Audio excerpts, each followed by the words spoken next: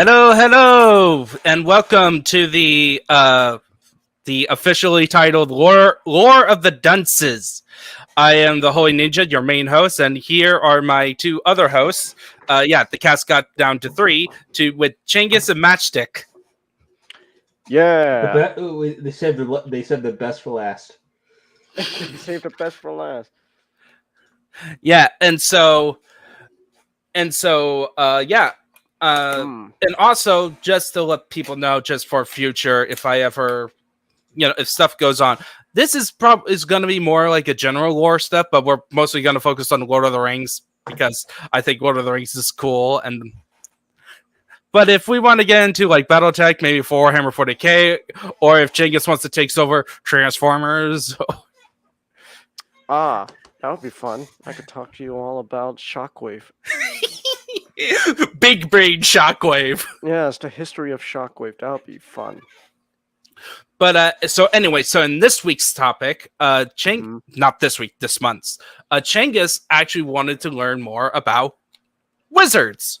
So I thought we might as well cover an overview of what wizards came from, the beings what wizards are, but also cover their evil counterparts. So we're going to talk about the Maiar and the Balrog. Balrogs, along with wizards. And by the way, we're not going into the full detail with a couple of Maiar because two of the wizards are worth their own episodes. Oh, okay. Gandalf and Saruman are like, you could literally have a whole episode because they did a lot of stuff. And one Maiar is Sauron. And so that could literally spend all afternoon just going over. And here's what Sauron has done. Okay. Wait, so why? So if the Balrog are the counterparts to wizards, why do wizards look human and the Balrog look like Balrogs? Yeah, but let's start with that. Let's first start with what on earth is a Maiar or a Maya? So Maya was part of a group of beings called. Great, I just screwed something up. I can't remember the group's name. It's actually there's a Pacific group that is split between the Valar and the Maiar. They're part of this one group. Like this entire group of basically angels. So you got Owlway. No, not Owlway. Iluvatar. Oh, they're the Ainur. Good. Okay, I found it. Found it. I'm just reminding myself also through the one wiki to rule them all. Just for reminding, I have read a whole bunch of it. So I have done research. It's just that, names and terms that only get like small paragraph. Okay. Yeah, but still, I'm kind of ashamed on it. So the Ainur are basically the group of beings that serves Iluvatar, who is a god. So you got God, and they were part of, at the beginning of Middle Earth, or at the beginning of time, called the Music. And we're not going to go much into the creation story, because that could be its own thing. Talking about the origins of everything. But essentially, the world was made by a symphony, and then Melkor pulled some dubstep. Dubstep? Basically, it's not equivalent. So just imagine. So they're making all this beautiful music, talking about the world and all this happy stuff. And then Melkor is Melkor, who's one of the Valar, so one of the Ainur, and he even got some other buddies, most likely. And they decided, we don't like this track, so we're gonna put some dubstep to make it better. Okay. And that is how evil came to the world, and suffering, and that is the start of their evil path. So So a bunch of Valar and a bunch of Maiar decided to go to Arda once they accepted when it was made, and the Valar are its own thing, and Melkor is one of them. But then we're focusing on the Maiar, and the Maiar are lesser beings, lesser in rank, and they have less power, and they are servants. More helpers, actually. They're more helpers of the Valar, and they kind of help them out doing various tasks of Middle Earth. And then what happened is that when Melkor rebelled, a whole bunch of Maiar, who were flame spirits. So technically the Maiar are like primordial spirits, so they don't have a physical body, though they have the ability to have a physical form. So transcended, Jimbo. Yeah. And so Melkor, when he rebelled, he tried to get a whole bunch of Maiar to join him, and one of them is a fire spirit named Arian. I think it's Arian. Okay. She basically became the sun. Became the sun, and then she has somebody who loves her, somebody who always chases her, and he's the moon. I think it's Arian. Yes, Arian. But anyway, a whole bunch of other fire spirits got corrupted, and Melkor offered, "Hey, I can upgrade you guys so that you can be stronger." And it's like, "Oh yeah, let's do it." And then they became the Balrogs. Okay. And so they kind of joined Melkor in causing chaos in Middle Earth, and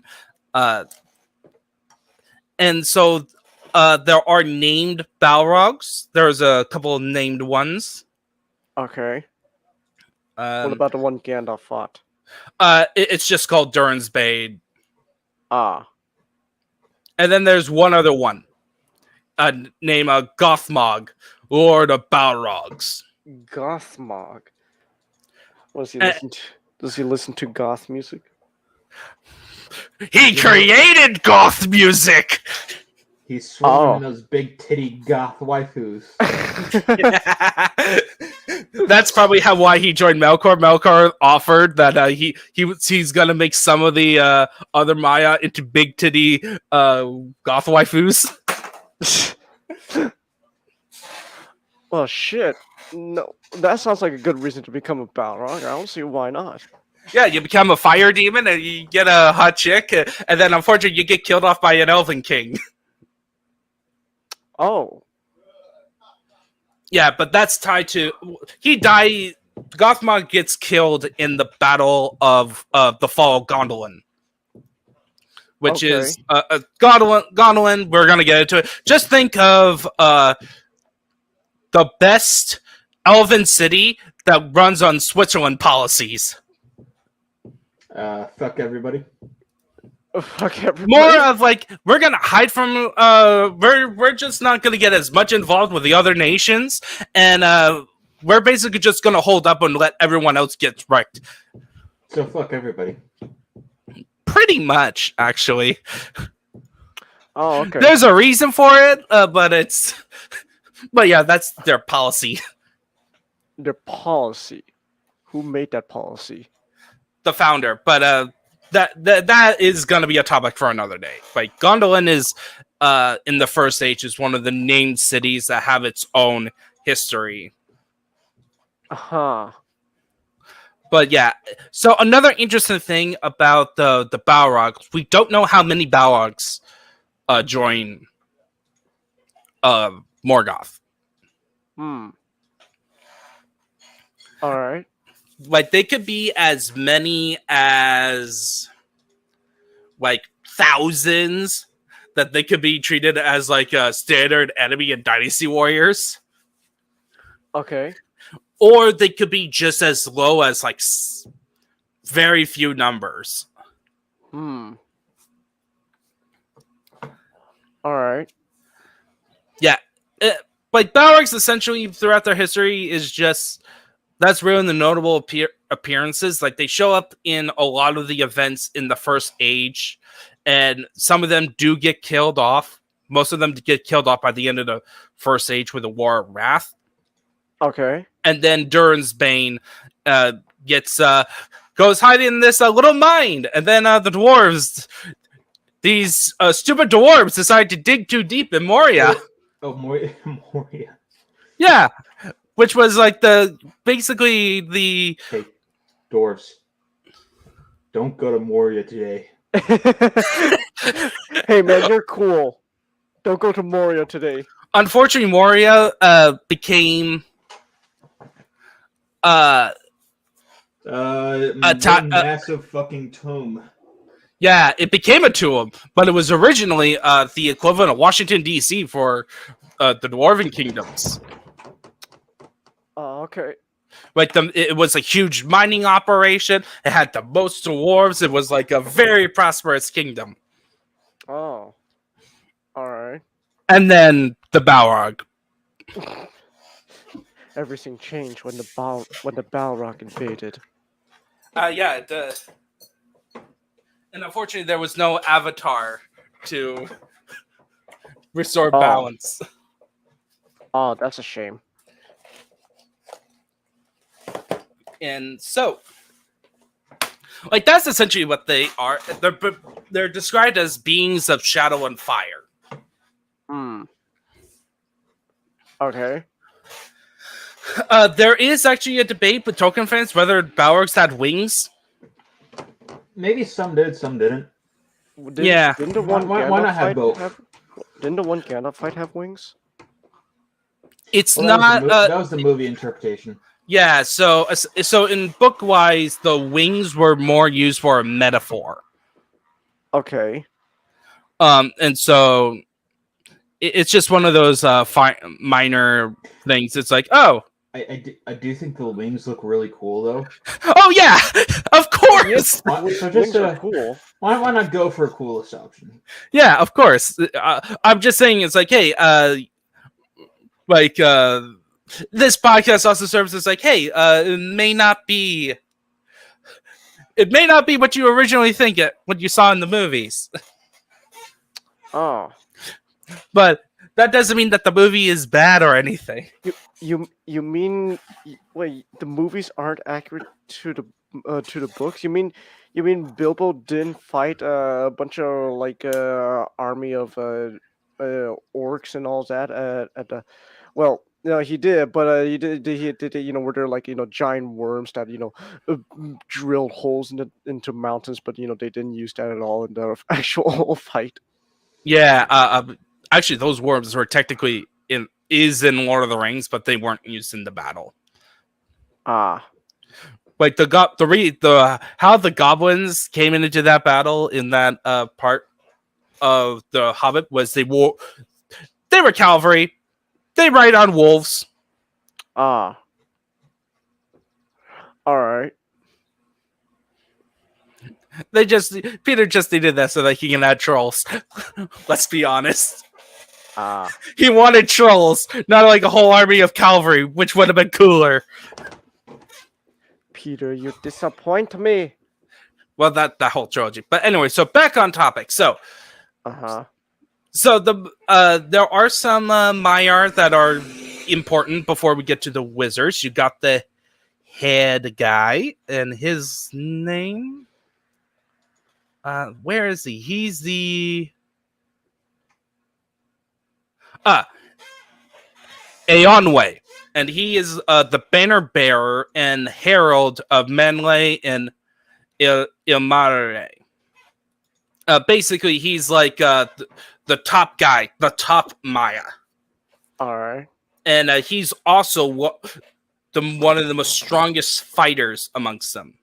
His most famous things, the most famous thing he did was join in. He was the one that in the War of Wrath, like the leader of the Valinor elves. All right. So he was the one who brought an army and kicked Morgoth's butt. And he was the one that the Sons of Valinor tried to steal the last two Cimmerils from. And he was the one who let them go. And you know what happened to those two, right? Remember? Oh, yeah. Failures! You should have that button, right?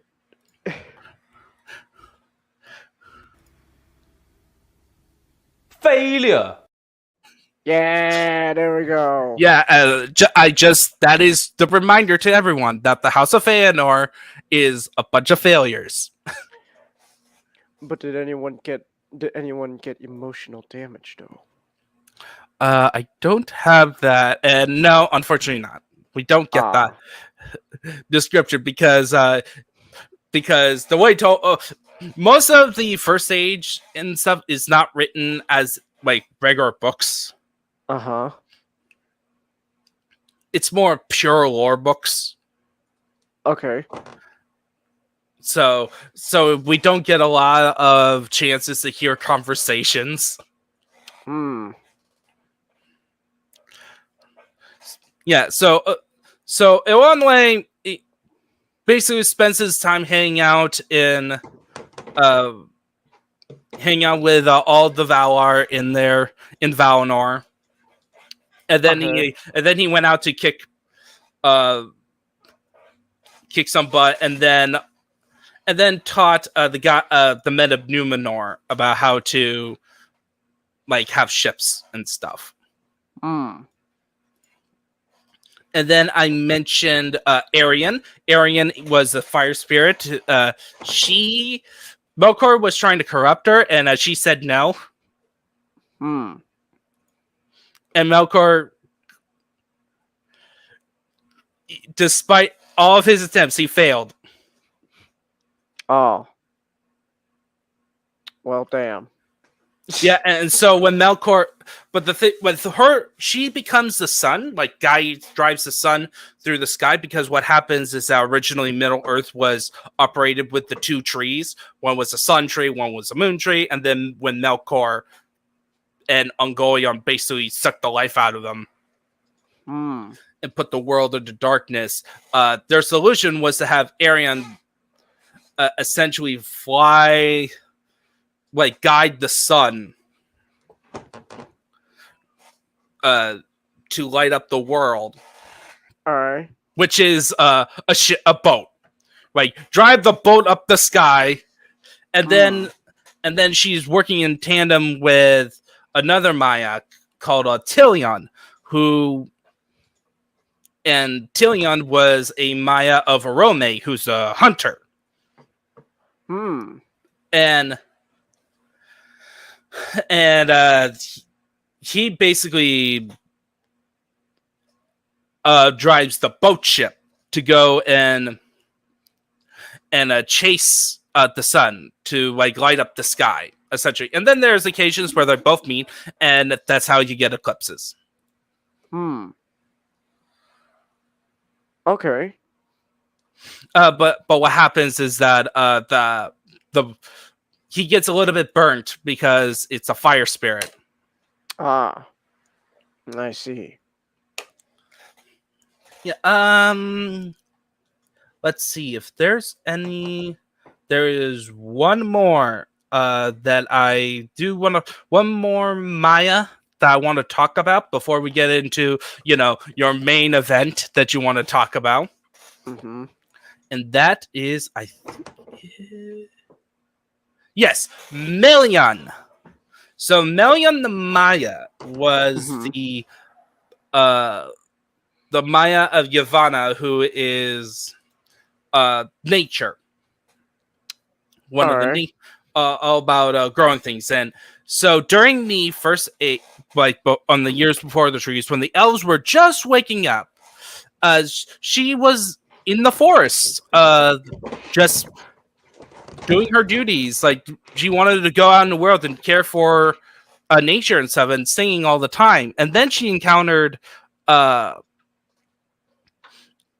when she was seeing an elf man who was on a journey to meet up with the rest of his kind. He fell back behind a bit, and he was trying to catch up so that they can get to Valinor. But he sees this beautiful maiden in the woods, and when they both locked eyes on each other, they both fell in love. And this guy, he got the maidens. Yep. And this guy is Ilu Thingol. Okay. And they made the kingdom of Doriath. Huh. Remember the tale of Baron Luthien? Yes. They had a kid, and that kid is Luthien. Huh. Yeah, and so they set up the kingdom of Doriath, and Doriath was protected by Melion's power. Melion was so powerful that there was no way an outsider could go in without her. Morgoth could not invade Doriath without her knowing. Okay. That is until Thingol got killed by dwarves. Because of those stupid Cimmerels. Damn you, Cimmerels. And so what happens is that she... after Thingol's death, she left Doriath, visited Baron Luthien, basically told him, yeah, the dwarves betrayed your dad and killed him, and then I'm going back home. I'm going back home. I'm too depressed now. I miss my wife. I miss her a lot. I'll be back. More like I miss my husband. I miss my husband, Tails. I miss him a lot. I'll be back. Yeah, so by the way, I did forget to mention something in the Baron Luthien story, because it wasn't covered in the actual tale of Baron Luthien. Baron, after finding out about what the dwarves did to Thingol, they both went back to Doriath, and Baron killed the dwarves and recovered the Cimmerel necklace. Oh. And they both stayed in Doriath and ruled it for a while. Oh. It's our kingdom now. Yeah, and the house of Theodore, the sons of Theodore is like, okay, we can grab those Cimmerels. Oh crap, Luthien has them. We can't deal with her plot armor. Oh my god, she has plot armor. Oh no, this sounds like a bad comic book plot. You know, in Battle Century G, plot armor is actually a mechanic. That is funny. No, wait, what? Explain briefly. It's a mechanic so that you it's kind of like a health mechanic. Okay. You have this much plot armor. Okay. Each round, you know, it works basically just like a regular armor, but with a more storytelling aspect. Okay. I see. And I guess Luthien has a lot of it. In that bitch. Oh, damn. No, basically that she had worse than regular plot armor. She had the power of love. Oh. Isn't that just plot armor? No. It's super plot. It's super plot armor. Oh, it's super plot armor. Does this version of plot armor force you to commit adultery? How can it force you to commit adultery if you're already in love with someone? I don't know. Ask the super devil. Look, Ninjato, just roll with it, okay? Nick has ruined my sense of humor. I told you that how many times now? It's nothing. And I'm trying to give you back your sense of wonder. I would like to have that again. Yeah. Okay, so like, and that's basically like the main Maya, Okay. like the main ones. Like, well, other than Sauron, but he gets his own thing. We'll get back. We'll get back to you, Sauron. Yeah, Sauron is such a cool dude. And by the way, it is tied to the wizards. Okay, so we're gonna go into it because there we go. I want to see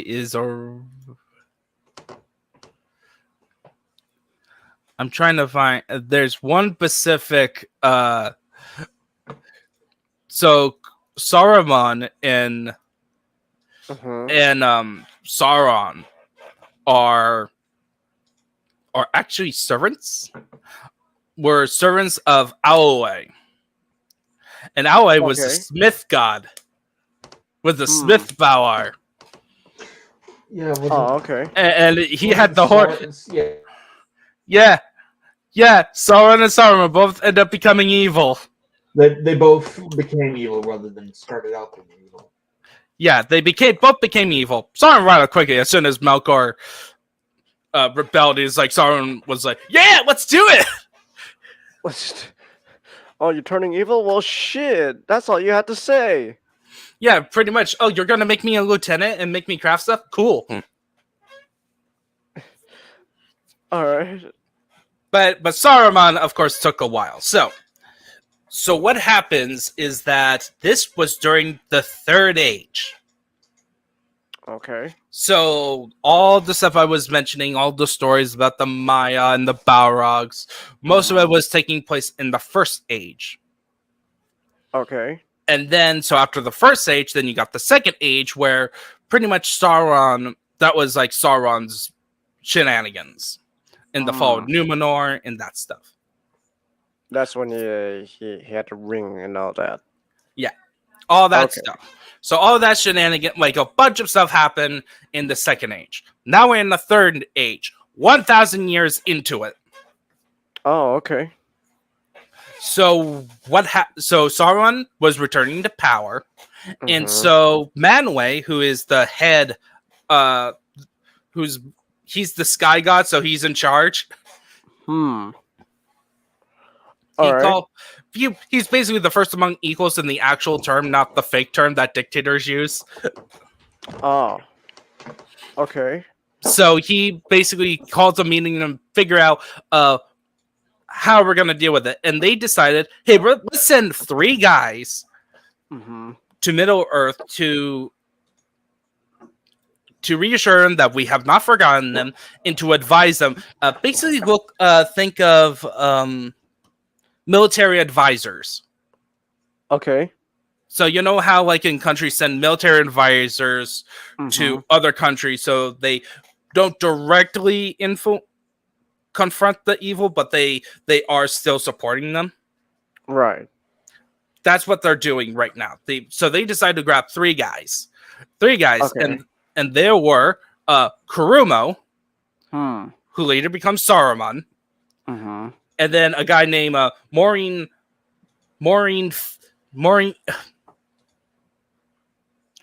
There's an H before the tar, so Maureen Tar. He later becomes Alatar, who's one of the blue wizards. I can't speak. Look, I can't speak Middle Earth English. Well, you're the Middle Earth expert. You should know how to speak Middle Earth. Send it to us and let us try to interpret it. Post it in the comments. Yep. Yeah. I'm gonna. Wait, that's. That doesn't work on private videos, so let's just do it through the. Just do it through. Yep. I can't do it through the StreamYard. Morinetar. Yeah. And that's not what he becomes. He's one of the blue wizards that people remember. And then the third guy mainly specifically wanted a guy named Olorin. But he didn't want to. Okay. Like Auroran was like Scooby Doo, and like a pup named Scooby Doo is like I'm scared. It's pronounced Mori Nectar. Yeah, but so Auroran was like, no, I'm too weak. I can't do it.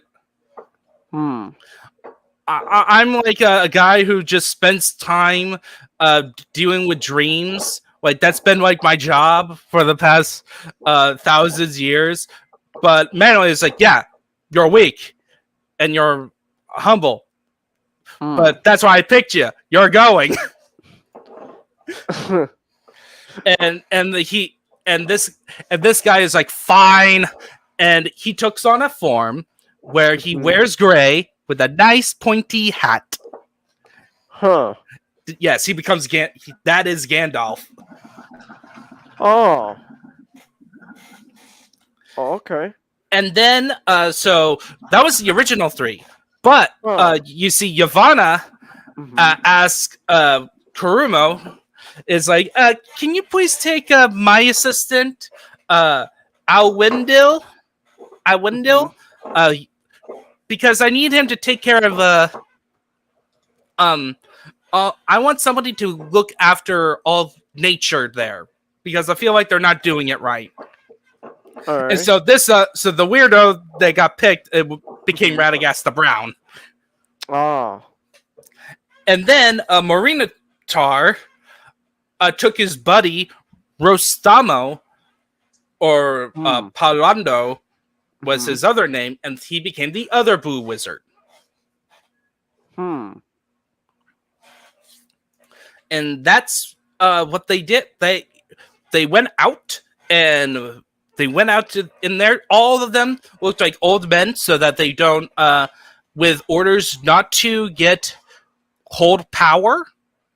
And, wait, you can't own power. Your job is to you can't like fight Sauron directly, like with your own magic powers, and you can't dominate the free peoples of Middle Earth.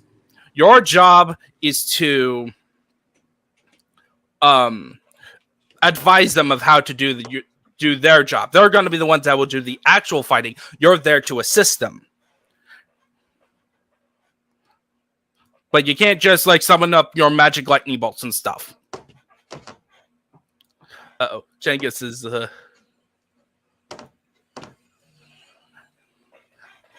Changis is muted. Okay, so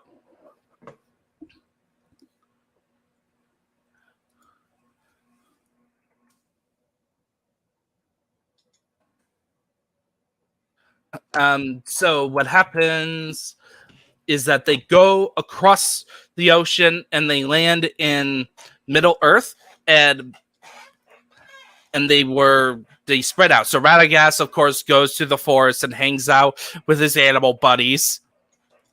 Animal buddies. Yeah. He helped out. He was doing his own thing, helping them out for a bit, but then he didn't like people, so he went out and hung out in the woods with his animal buddies near Mirkwood. I am Radagast. I speak for the trees. Yeah, basically. Like he so Radagast, there's a lot of cool things about Radagast, but he's not much of a people person. He loves animals. That could be taken out of context, but not that way, but but he's a lover of birds, and birds love him. And he's friends with eagles. The only humanish are the Bjornings, because Bjorn is also unsociable. Hey, you're a social outcast just like me. Yeah. You're a weirdo just like me. And Radagast, in terms of Lord of the Rings, what he did, other than hang out in the woods, is that he was part of the White Council for a bit. And he always ends up unintentionally helping Saruman with his evil goals, because Saruman always... Because he's naive, and also Saruman doesn't actually tell him he goes stuff like, "Hey, can you please have a bird search out the Gladden fields for the One Ring because I think the ring is there." And Radagast goes, "Yeah, okay." So the birds came back and they couldn't find anything. So that's a good thing. It must have went out to sea. Not there. And then in the Lord of the Rings book, the only thing he did, even though he was still around, was that he became the messenger that Saruman had to get Gandalf to go to Orthanc so that Gandalf could be imprisoned. Saruman sent me Gandalf. He said he needed you. I'm kind of in the middle of something right now, Radagast. He said it was kind of pretty urgent. Yeah, it's to help you. He's gonna help us. And then it's like, okay, I need to head off. And then he is never mentioned again. We don't even know what happens to him. Well, based I don't know. I'm just thinking he just probably just while every Lord of the Rings is happening, just Battle of Gondor and all that. Like it's just Radagast is just like just nearby. It's like, nope, not gonna get involved. Nope, nuh-uh. Yeah, we don't even know if he died or anything. Like so. There are like other games that try to explain what he was doing. Okay. During this period, I know in Lord of the Rings: War and Oath, he became a quest line in that game, but that game is also questionable canon. All right. As you do. Okay. And so all we know is that he did his help, and we may know that he probably did help by using nature and stuff, but it's not like nothing important that gets recorded. Oh, okay. And yeah, and then of course, so Saruman, you already know what happens. He and the Blue Wizards originally went to the east, so where all the Easterlings are. They went to the east. They even went down. Wait, the Blue Wizards went down to south. So all the men in the south and the men of the east. And we don't know what they were doing. What happened? We don't know. Yeah. Saruman went with them. And then 1,000 years, he came back. No report. So Saruman, after a while, became... he was one who kind of studied too deep into Sauron's arts, and he also had a jealousy over Gandalf because when the White Council was formed, Galadriel said, "Oh, Gandalf is the wisest of us. He should be leader." And Gandalf goes, "No." Spoken like a true wise man. Yeah, he goes, "No." In the office where he belongs. Yeah, I don't want to be the head guy. Have Saruman be it. Which Saruman accepted, but it really got under his skin. Because he wasn't picked first. We got a George Washington, bitch. We gotta bring him in the office kicking and screaming. He is the best choice for it because of his kicking and screaming. Yeah, because of his kicking and screaming. Exactly. So Saruman had this harbor jealousy over Gandalf, and that kind of drives them to do evils and find the One Ring. Why are you joining Sauron on Saruman? That's a really terrible thing because I didn't get to be picked first. Yep. What? Saruman in the books, in the Lord of the Rings trilogy, is very petty. The Scouring in the Shire, it happened because he was petty towards the hobbits. Damn hobbits think they could get the better of me. Oh, sure. They're gonna get their victory. I'm gonna torch their home. That's basically his policy. They're gonna get their victory, but I'm not gonna let them enjoy it. Yeah, exactly. And then he even promised revenge once the four hobbits returned and kicked them out after the Battle of Bywater. And it took until Grimmett worked up just killing him. And he has like a fitting ending where he died, but his spirit seems to go to the west because that's where Valinor is. but then he got scattered to the winds. Huh. Yeah. So I don't know how the winds work, but just for the sake of the joke, just one of you wanted to go to Balnar, but God said, and it's just like a, I don't know, it's just a picture of, like, I don't know, insert shitty edit of Saruman being Thanos dusted away. You're joining your master Morgoth and Saruman. And we never heard from him ever again.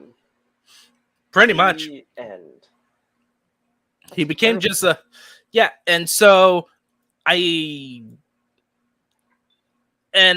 Gandalf... It's Gandalf. Yeah, you know what he did. Like, I think... It's Gandalf. There's not... Like, there is interesting stuff that goes on about the stuff that he has done.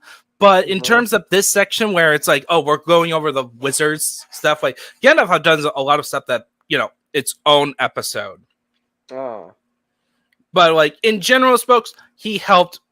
He was the one who was very focused on his job of fighting Sauron and leading the peoples of Middle-earth to take him out.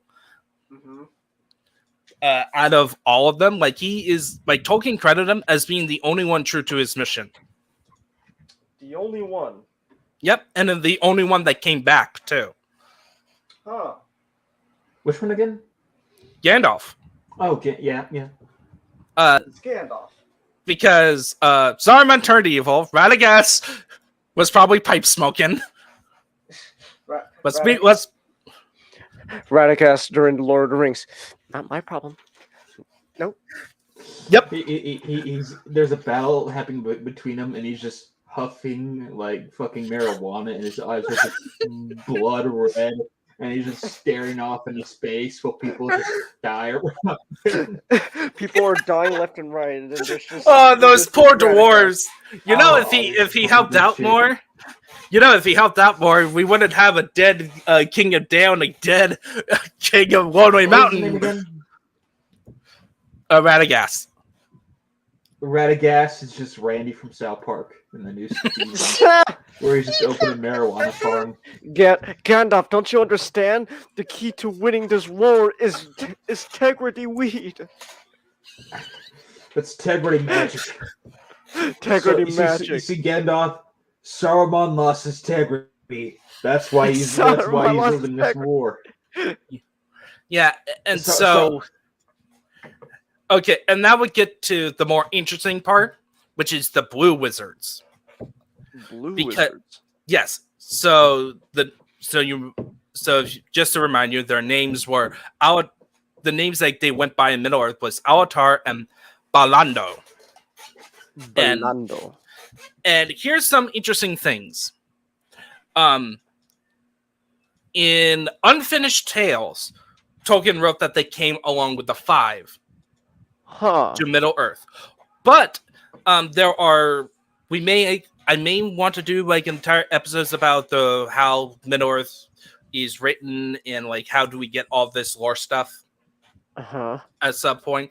But one of Tolkien's unofficial notes that later became a book called Peoples of Middle Earth, they actually appeared 1600 Second Age. Okay. And their job, they have the same job. They went to the eastern and southern parts of Middle Earth. And their mission was to basically be the literal military leaders. Like, not literal, military advisors. It became more literally. Because, so, Tolkien's originally,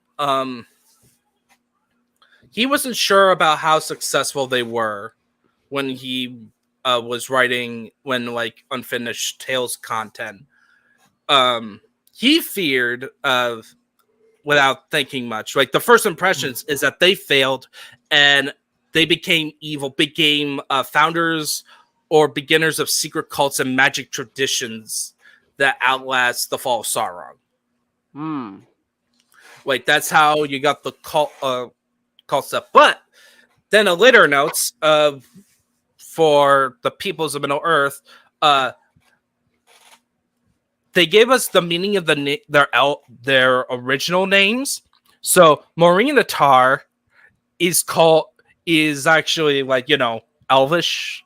I think it's Elvish or Quenya. One of the Elven languages. Like his original name means Darkness Slayer. Ooh. And Romastamo is for East Helper.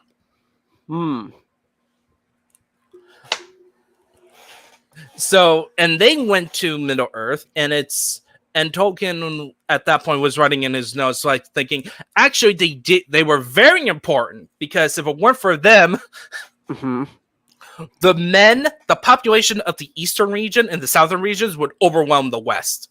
So they were tasked to go and find the people who rejected Morgoth. I am definitely going to go talk about the Easterlings and the Haradrim at some point very soon because they're actually my favorite evil faction. All right. But essentially, they find the pockets of resistance, the forces of good there, and assist them. And we don't know what they did. We don't know what happened, but it's clear that they were very successful. And it could be that they were doing the same throughout the rest of the age. But only Gandalf was true to his mission. So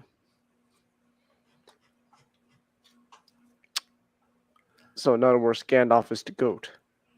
Yeah, Gandalf is the goat. Like that's kind of the point of his story. You will never, you may be cool, but you'll never be Gandalf cool. Yeah, and that's about it for Gandalf. For basic lore. Well, Gandalf, I basically already told Gabe he's gonna get his own episode. Alright. He and Saruman are gonna get their own further exploration of exactly what they did.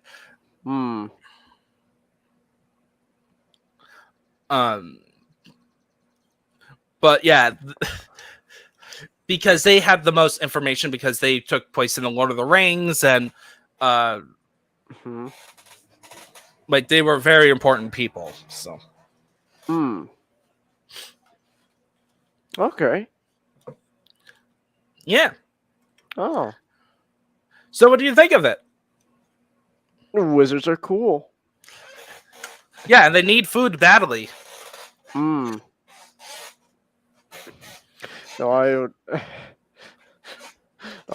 want to know what it must be like to go. Oh, I want to be I want to give up. My I don't know whatever the equivalent to humanity is for those people. Oh, to become a fire demon for waifus and stuff. Of course, the waifu things was a joke, but they just wanted power. Balrogs just wanted power, and Durin's Bane, just a cliff note, Durin's Bane died because of Gandalf. All right. Yeah. I still like to believe though Radagast is just out there, just a smoking pipe, and then just like I don't know, like he whatever. created his own tally because he's magic. I was thinking like I don't know, like a debris from a catapult accidentally, just lands right in his hut, and like there's like an orc. There's also like an orc just like half dead, just like kill me. But by the way, so by the time, here's an interesting fact. So by the time of the Council of Elrond, they did actually try to find Radagast back at his home to see if he was there. He was not there, but they didn't see any signs of a raid. So most likely he's actually just out and about, hanging out, having a fairy tale Disney princess singing and and the birds coming around him. He's probably hanging out with Tom Bombadil. Tom Bombadil. Oh yeah, we're gonna talk about him at some point. Just Gandalf, just after the whole events of Lord of the Rings happened, just as hey Gandalf, I'm here for some more of that integrity weed. Gandalf, where did Gandalf go? Meanwhile, Gandalf on that island where all the elves are with Frodo, just sneezes. I feel like someone's calling my name. Yeah. All right. So, I think that's it. Is there? What do you would like to see in the next Lord of the Dunces or a future one?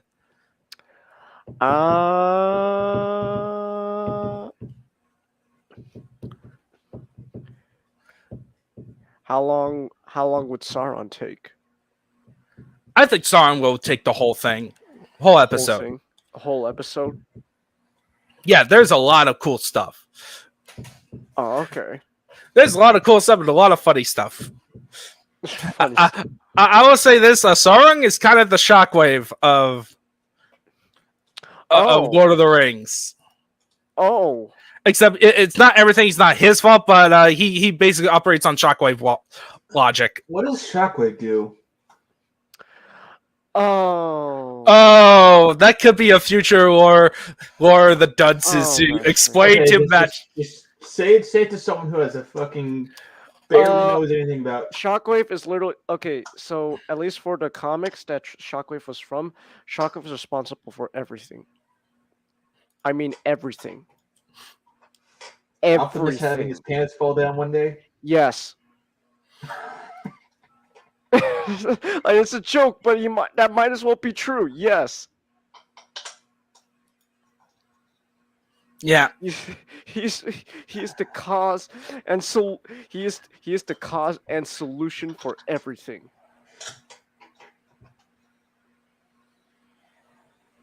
It's beautiful. Yeah, it gets ridiculous. You should lead that one at some point. That Matchstick needs to be there for that then. Yeah, of course. That's kind of the whole point. Matchstick is going to react to it, and looking forward to all the memes.